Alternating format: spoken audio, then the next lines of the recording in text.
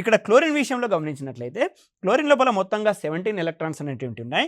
1s2 2s2 2p6 3s2 3p5 3p orbital లోపల మనకు 5 electrons అనేటువంటివి ఉన్నాయి.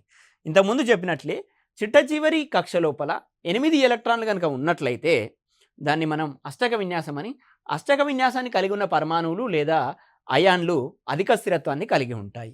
ఎప్పుడైతే 3s2 3p5 ఇక్కడ చిట్ట చివరి ఆర్బిట్ అనేటువంటిది, చిట్ట చివరి కక్ష అనేటువంటిది మూడో కక్ష లోపల 5+2 7 ఎలక్ట్రాన్స్ మాత్రమే ఉన్నాయి.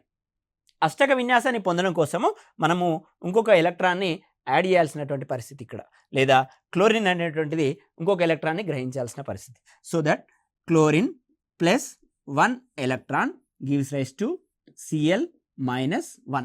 ఒక ఎలక్ట్రాన్ని గ్రహిస్తుంది కాబట్టి క్లోరిన్ లోపల అధికంగా ఒక ఎలక్ట్రాన్ అధికంగా ఉంటుంది కాబట్టి ఒక రుణావేశాన్ని అధికంగా మనం క్లోరిన్ పైన సూచిస్తున్నాము. దాన్ని మనం Cl-1గా సూచిస్తాము. సోడియం లోపల ఒక ఎలక్ట్రాన్ లోపించింది. సోడియం ఆ పరమాణువు లోపల ఎలక్ట్రాన్ల సంఖ్య ప్రోటాన్ల సంఖ్య సమానంగా ఉంటుంది. కానీ ఎప్పుడైతే ఒక ఎలక్ట్రాన్ లోపించిందో ప్రోటాన్ల సంఖ్య అధికమవుతుంది. ఒక ప్రోటాన్ అధికంగా ఉంటుంది కాబట్టి దాన్నే మనం +1గా చూపిస్తాము. ధనావేశం కలిగినటువంటి ఒక సబాటమిక్ పార్టికల్ ఎక్కువగా ఉందని సూచించడం కోసము +1గా మనం ఇక్కడ సూచిస్తాము. Sodium +1 Cl-1.